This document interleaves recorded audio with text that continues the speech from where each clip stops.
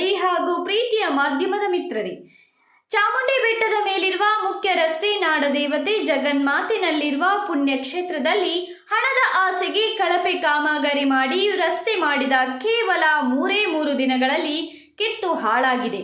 ಇಂತಹ ಕಳಪೆ ಕಾಮಗಾರಿ ಮಾಡುವ ಭ್ರಷ್ಟ ಅಧಿಕಾರಿಗಳು ಹಾಗೂ ಭ್ರಷ್ಟ ಗುತ್ತಿಗೆದಾರರ ವಿರುದ್ಧ ಕಾನೂನು ಕ್ರಮ ಕೈಗೊಳ್ಳುವ ಅಧಿಕಾರಿಗಳ ಕೊರತೆ ದುರಾದೃಷ್ಟ ಸಾಂಸ್ಕೃತಿಕ ನಗರ ಮೈಸೂರಿನಲ್ಲೂ ಎದ್ದು ಕಾಣುತ್ತಿದೆ. ನಾವು ಹಲವು ಬಾರಿ ಇಂಥ ಘಟನೆಗಳನ್ನು ಕುರಿತು ಹೋರಾಟ ಮಾಡಿ ಮನವಿ ಮಾಡಿದರೂ ಸಹ ಎಚ್ಚೆತ್ತುಕೊಳ್ಳದ ಬಂಡ ಅಧಿಕಾರಿಗಳು ಅಧಿಕಾರದಲ್ಲಿ ಇದ್ದು ಏನು ಪ್ರಯೋಜನ?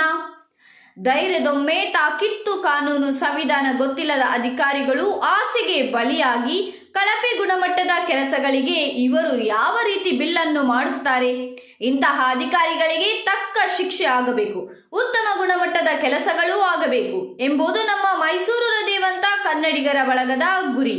ವೇದಿಕೆಗಳ ಮೇಲೆ ಸಂವಿಧಾನ ಡಾಕ್ಟರ್ BR ಅಂಬೇಡ್ಕರ್ ಅವರನ್ನು, ಬಸವಣ್ಣನವರನ್ನು ಗುಣಗಾನ ಮಾಡುವ ಭ್ರಷ್ಟ ರಾಜಕಾರಣಿಗಳು ಇಂತಹ ಕಳಪೆ ಗುಣಮಟ್ಟದ ಕೆಲಸಗಳನ್ನು ನೋಡಿ ಸುಮ್ಮನೆ ಇದ್ದಾರೆ ಎಂದರೆ ಇವರೆಲ್ಲ ಸಂವಿಧಾನ ವಿರೋಧಿಗಳು. ಇವರು ರಾಜಕಾರಣ ಪ್ರವೇಶ ಮಾಡಿರುವುದು ಹಣ, ಆಸ್ತಿ, ಅಂತಸ್ತು ದುಪ್ಪಟ್ಟು ಮಾಡಿಕೊಳ್ಳುವ ಸಲುವಾಗಿ. ಇಂಥ ನೀಚ ಅಧಿಕಾರಿಗಳನ್ನ ಮುಂದಿನ ಚುನಾವಣೆಗಳಲ್ಲಿ ಜನರು ಸೋಲಿಸಬೇಕು, ಜನಸಾಮಾನ್ಯ ಅಭ್ಯರ್ಥಿಗಳನ್ನ ಆಯ್ಕೆ ಮಾಡಿಕೊಳ್ಳಬೇಕು ಎಂದು ನಮ್ಮ ಮೈಸೂರು ಹೃದಯವಂತ ಕನ್ನಡಿಗರ ಬಳಗದಿಂದ ಈ ನಾಡಿನ ಮತದಾರರ ಬಂಧುಗಳಲ್ಲಿ ಮನವಿ ಮಾಡಿಕೊಳ್ಳುವುದರ ಮೂಲಕ ಇಂತಹ ಕಳಪೆ ಕಾಮಗಾರಿ ಮಾಡುವ ಅಧಿಕಾರಿಗಳ ವಿರುದ್ಧ ಉಗ್ರವಾಗಿ ಖಂಡಿಸುತ್ತಾ ಇದ್ದೇವೆ.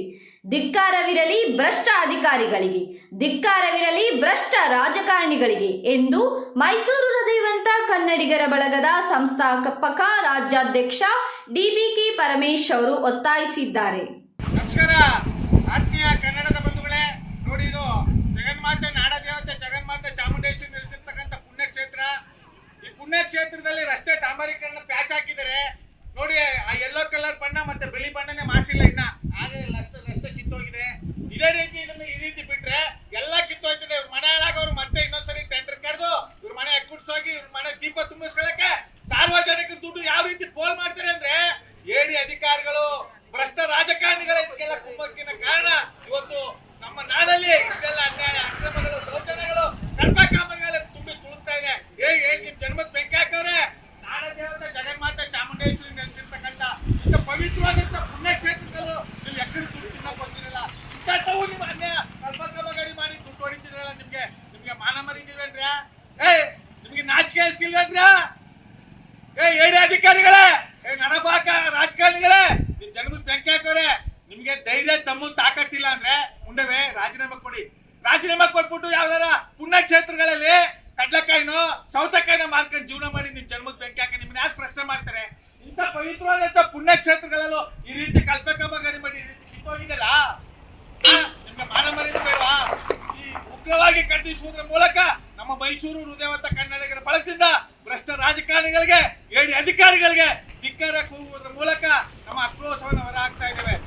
ಜೈ ಕನ್ನಡಾಂಬೆ, ಜೈ ಕನ್ನಡ ನಾಡು. ನಮಸ್ಕಾರ, ಧನ್ಯವಾದಗಳು.